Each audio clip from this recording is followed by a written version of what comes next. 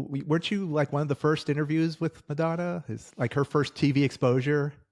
Yes, I was. Mark does not like to hear that. Mark and I have brotherly rivalry for 40 plus years now. It's so funny. We love each other dearly. But he hates that I was the by accident first guy to show up on MTV, and I lord that over him as the first VJ. But that was an accident, though, wasn't it? Yeah, it was an accident. That was a total accident. When they went back and redid that for, I guess, historical purposes.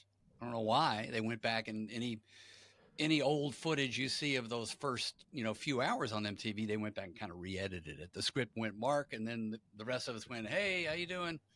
I was the last guy to say, "And I'm Alan Hunter," and the guy mixed up the tape when the broadcast happened after the rocket blast off and after Pat Benatar. We all came on to introduce ourselves, and I just happened to come on first saying, "And I'm Alan Hunter." Total mistake. Not the only mistake that first night. So that's trivia. We start all our sentences with "and." They got a good image of me right off the bat. What is this joker? I don't know. You want to hear about Madonna? Yeah. Hey, we got you. Tell us about Madonna. Yeah. Well, is she going to make it in this big world? I don't know. I really don't. I hope she continues to make it. I mean, if I were her manager, I would have some suggestions about clothing, but hey, who am I to say? She, being body proud all these many years, shouldn't, love and live it and express herself as she's want to do. 83, 84-ish, we started playing Holiday and Borderline. Those were the early videos, but she had not yet crested into international superstardom. And I remember we were sitting around the studio green room. Usually a producer would walk in and say, "I got to have somebody go to so-and-so club tonight to interview a new band." We rarely heard of them.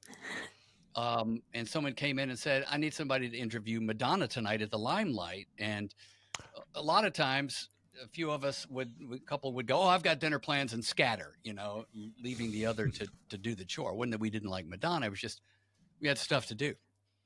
Sometimes our priorities were skewed. 2 or 3 years into MTV's existence, we were already jaded. But I have dinner plans. I must go interview Madonna. So I went to the Limelight where she was putting on a live performance, and I had about 10 minutes with her, I think, before the show started. So it was kind of a backstage madhouse, chaotic kind of scene.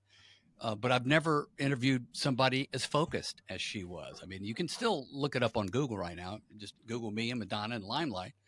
And she stands there focused on me, which was a little unnerving. She was totally pleasant and really sweet, but didn't mince words. You could tell she didn't suffer fools, and she was totally focused on what she was going to do. Whatever question I asked her, she got right to the point. She nailed it in 35 seconds. Next question. And you could tell she was going somewhere. I mean, she was a tiger, man. It was amazing. She was just the opposite of David Lee Roth, who just seemed to... Well, some people you just can't shut up, can you? Martha had to interview him, and that was the old story of Martha had a big crush on David Lee Roth, and she's freaking out, and he's going, "Oh, Martha," all lascivious and creepy is what it was. But yeah, Dave's a character for sure. Yeah, as are many others.